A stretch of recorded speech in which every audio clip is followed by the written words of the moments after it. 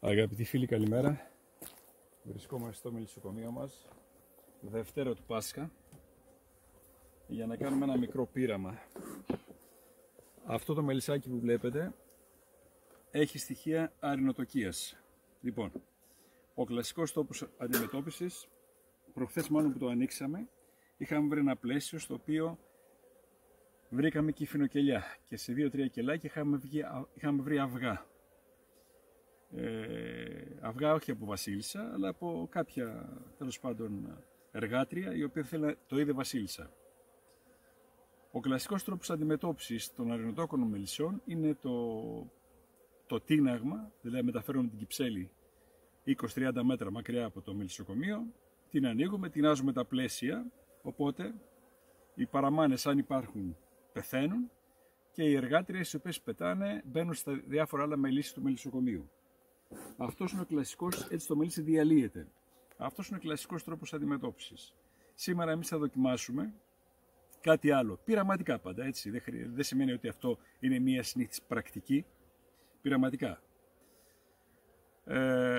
Πριν 2 μέρες βάλαμε στο μέλισσι αυτό 2 βασιλικά κελιά, τα οποία είχαμε βρει σε άλλο μελίσι. Είχα βρει σε άλλο μελισσί, άλλη παραφιάδα, 3 βασιλικά κελιά. Λεπτά μας λύσει το καμιστήρι. Λοιπόν, πήρα τα 2 από εκεί, άφησα το ένα για να εκολευτεί βασίλισσα σε εκείνη την παραφιάδα και σε αυτό έβαλα 2 βασιλικά κελιά. Σήμερα θα ενισχύσω την προσπάθεια του πειράματος, θα αφήσω τα βασιλικά κελιά μέσα, αλλά θα αφαιρέσω όλα τα πλαίσια που υπήρχαν μέσα στην κυψέλη. Όλα. Δεν θα αφήσω τίποτα και θα βάλω άκτιστα και ανακτισμένο, έτσι, για να δούμε πώς θα συμπεριφερθεί το μέλισσι μαζί με τα βασιλικά κελιά πάντα. Για να δούμε πώς θα εξελιχθεί αυτό το μελισσάκι. Αν δηλαδή δεν καταστρέψουν τα βασιλικά κελιά, με την προϋπόθεση βέβαια σήμερα που θα το ανοίξω να είναι μη καταστραμμένα τα βασιλικά, μπορεί να τα έχουν καταστρέψει, δεν ξέρω τι θα βρω μέσα. Εντάξει, να το δούμε μαζί. Αυτή είναι η διαδικασία. Ας το δούμε στην πράξη.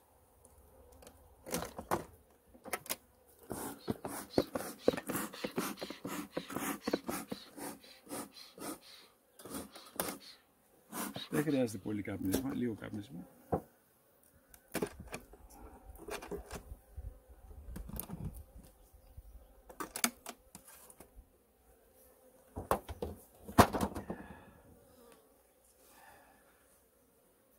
Προχθές είχαμε βάλει και σιροπάκι.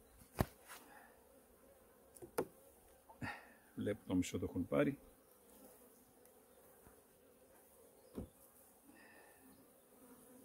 Τροφούλα.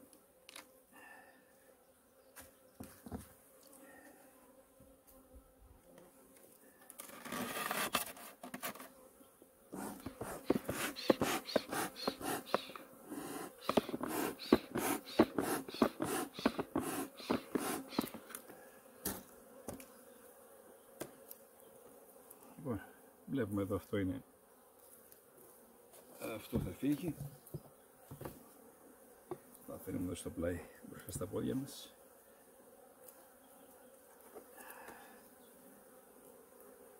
Εδώ έχει μέλια και γύρι.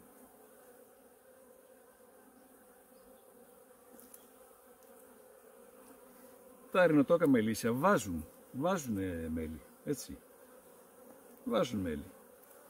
Αλλά σιγά σιγά αποδιοργανώνουν, δεν υπάρχουν εργάτες να κουβαλήσουν, δεν υπάρχει βασίλισσα για να κάνει γόνους, άρα δεν υπάρχει διάδοχη κατάσταση, υπάρχουν μόνο κυφίνες, οπότε το μελίσι εκφυλίζεται σιγά σιγά. Λοιπόν, εδώ ήταν το πλαίσιο που είχα βάλει τα βασιλικά κελιά. Ανάμεσα στα 2 αυτά εδώ πλαίσια θα τα δούμε τώρα.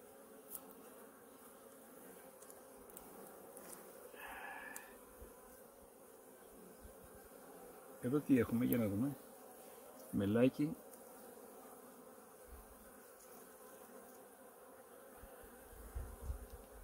Δεν είναι τόσο μικρή παραφιάδα, είναι μεγαλούτσικη.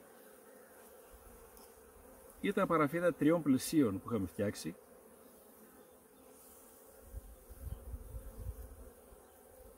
και δεν θέλω να την καταστρέψω. Δεν θέλω, δηλαδή θα εξαντλήσω όλα τα περιθώρια.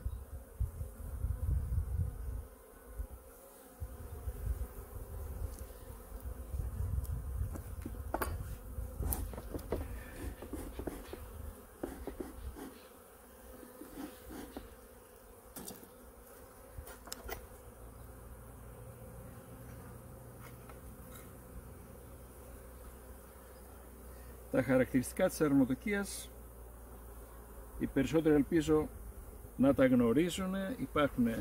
Θα βρούμε κύφινο-κελιά μέσα, ασύμμετρη τοποθέτηση, δηλαδή δεν είναι σε επίπεδη επιφάνεια, ναι, είναι ασύμμετρα. Ίσως να βρούμε και αυγά, όχι στον πυθμένα του κελιού, αλλά στα πλαϊνά τυχώματα, και όχι ένα, αλλά 2 ή 3, έτσι. Αυτά είναι, και όταν τα καπνίζουμε βουίζει το μελίσι. Βέβαια αυτό είναι και χαρακτηριστικό ορφάνιας, έτσι. Λοιπόν, για να δούμε τώρα εδώ τι γίνεται με τα κελάκια που είχαμε βάλει. Κοιτάξτε να δείτε. Εδώ βλέπουμε, να τα.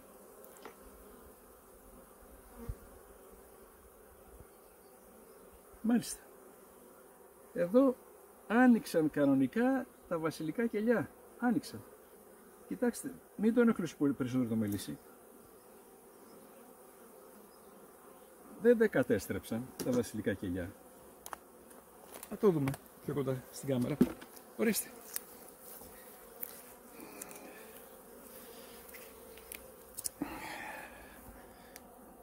Να το ένα εδώ. Το βλέπουμε ομοιόμορφα ανοιγμένο. Και το δεύτερο είναι εδώ. Επίσης και αυτό εδώ ομοιόμορφα ανοιγμένο. Άρα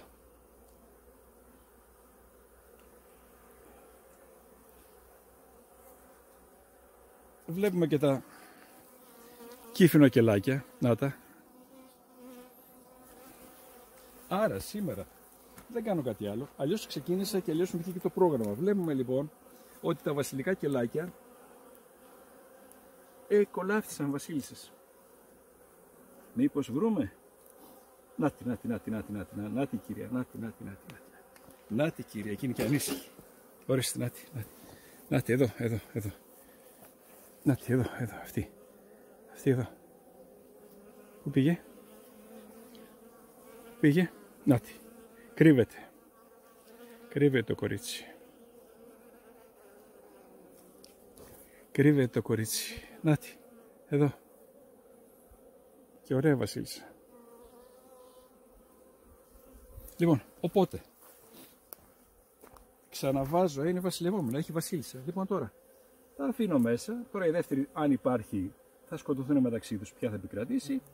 Άρα στο μελισσάκι αυτό η προσπάθειά μου απέδωσε. Έβαλα προχθές δηλαδή 2 βασιλικά κελάκια. Η προσπάθειά μου απέδωσε, το πείραμα δηλαδή, εντάξει. Άρα όλη η άλλη σκέψη μου να αφαιρέσω τα υπάρχοντα πλαίσια και να βάλω άκτιστα, διατηρώντας τον πληθυσμό, πάει περίπατο, δεν έχει νόημα να το κάνω. Βρήκα βασίλισσα μέσα, η οποία προφανώς θα βγει για ζευγάρωμα μόλις είναι έτοιμη.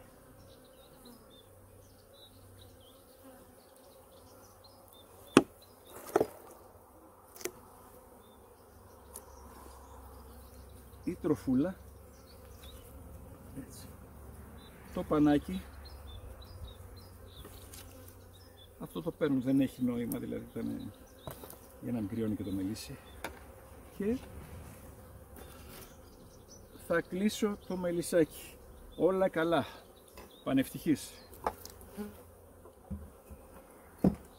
Θα δούμε πώς θα εξελιχθεί. Τη βασίλισσα αυτή την Παρθένα, ας το πω έτσι, το μελίσι αυτό για 20 μέρες δεν το ενοχλούμε. Ναι, από πάνω ίσως κάποια τροφοδοσία, όμως δεν σκαλίζουμε τα πλαίσια, δεν το ενοχλούμε μέχρι να βρούμε κλειστό γόνο. Δηλαδή η βασιλισσούλα να βγει να ζευγαρώσει, να μπει μέσα, και να αρχίσει να εναποθέτει αυγά και παράλληλα οι μελισσούλες να σφραγίζουν τον γόνο. Όταν λοιπόν βρούμε κλειστό γόνο μέσα, τότε, σφραγισμένο γόνο, τότε θα πιάσουμε και τη βασιλισσούλα και θα τη βάψουμε με το πράσινο χρώμα που είναι το 2024. Αυτά. Καλή σας μέρα και χρόνια πολλά.